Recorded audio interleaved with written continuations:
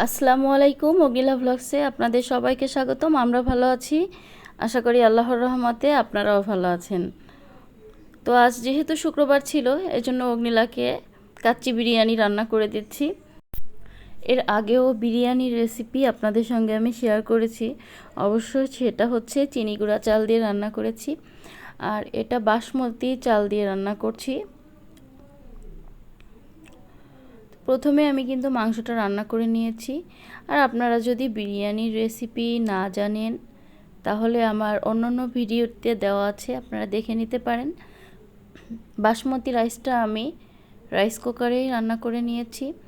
তারপর এখানে আলু বোখরা দিয়ে দিয়েছি আর কিশমিশ, আর কিন্তু গুঁড়া দুধ দিয়ে দিয়েছিলাম।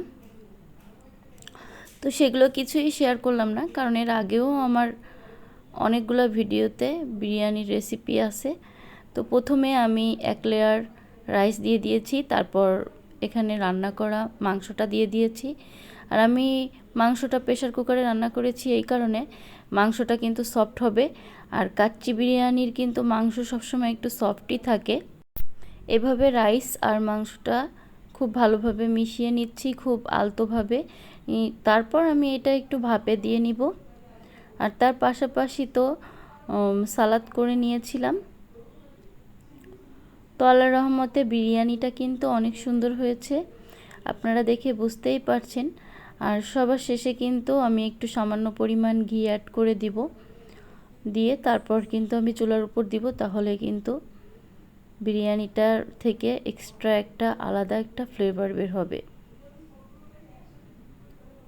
তো অগ্নিলা কিন্তু খেয়ে খুবই প্রশংসা করেছে। আর ইদানিং কিন্তু অগ্নিলাকে বাইরের খাবার খুবই কম দিচ্ছি, চেষ্টা করছি বাসায় সবসময় তৈরি করে খাওয়াতে। সামান্য একটু চুলার উপর রাখার পর আবার নামিয়ে নিয়ে এসেছি। দেখতেই পাচ্ছেন কালারটা কত সুন্দর হয়েছে।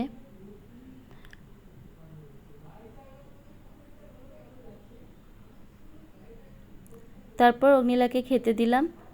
অগ্নিলা কিন্তু খেয়ে অনেক প্রশংসা করেছে। আর মাংসগুলো খুবই সফট হয়েছিল। তো তারপর আমি কিন্তু অগ্নিলার স্কুলের থেকে তাল কিনে এনেছিলাম, খুবই বড় একটা তাল কিনেছিলাম, তালটা খুবই মিষ্টি ছিল। তারপর তাল দিয়ে আমি ভাবছি অগ্নিলাকে পিঠা বানিয়ে দিব। তো চালের গুঁড়া আমি শেষ করে ফেলেছি অন্য অন্য পিঠা বানিয়ে। তো এখন ভাবছি কি করা যায়। তারপর ভাবছি যে হ্যাঁ, সুজি অ্যাড করব। সুজি, ময়দা, নারিকেল কোড়া, চিনি এগুলা দিয়ে একসঙ্গে মিক্সড করে আমি ওকে তালবড়া বানিয়ে দিব।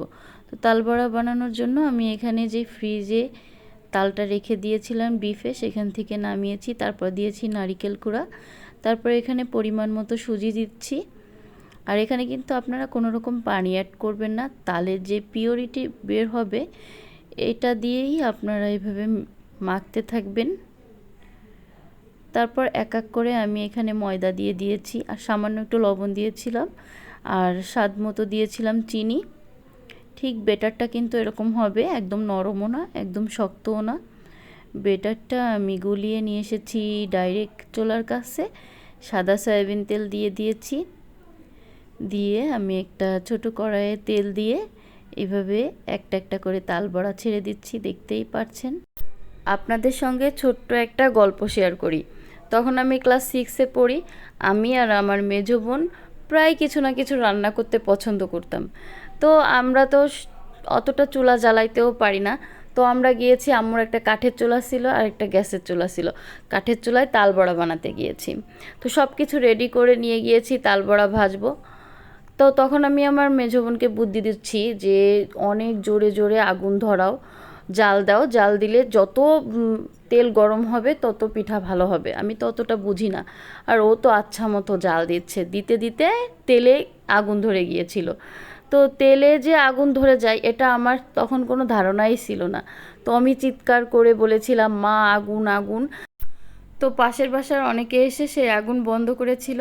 তেলে যদি কখনো আগুন এইভাবে ধরে যায় সাথে সাথে ঢাকনা দিয়ে ঢেকে দিতে হয়। এটা একটা টিপস আপনাদের সঙ্গে সংক্ষেপে বললাম। তো দেখতেই পাচ্ছেন গল্প করতে করতে কিন্তু আমার তাল বড়া একদমই হয়ে গিয়েছে। যেহেতু এটা ময়দা আর সুজি দিয়ে বানানো, এজন্য এটা কিন্তু খুবই সফট হয়েছিল। অনেক সময় দেখা যায় তালবড়া বানিয়ে রাখলে তার পরের দিন খেতে গেলে শক্ত হয়ে যায়, কিন্তু এটা কিন্তু অনেক সফট থাকবে। আপনারা অবশ্যই যদি চালের গুঁড়া না থাকে এভাবে বানিয়ে খেয়ে দেখবেন, খুবই মজাদার, খুবই সুস্বাদু হয়েছিল। তো আমার ভিডিওটি যদি ভালো লেগে থাকে অবশ্যই একটি লাইক দিবেন। ভালো থাকুন, সুস্থ থাকুন, অগ্নিলা ভ্লগসের সাথেই থাকুন।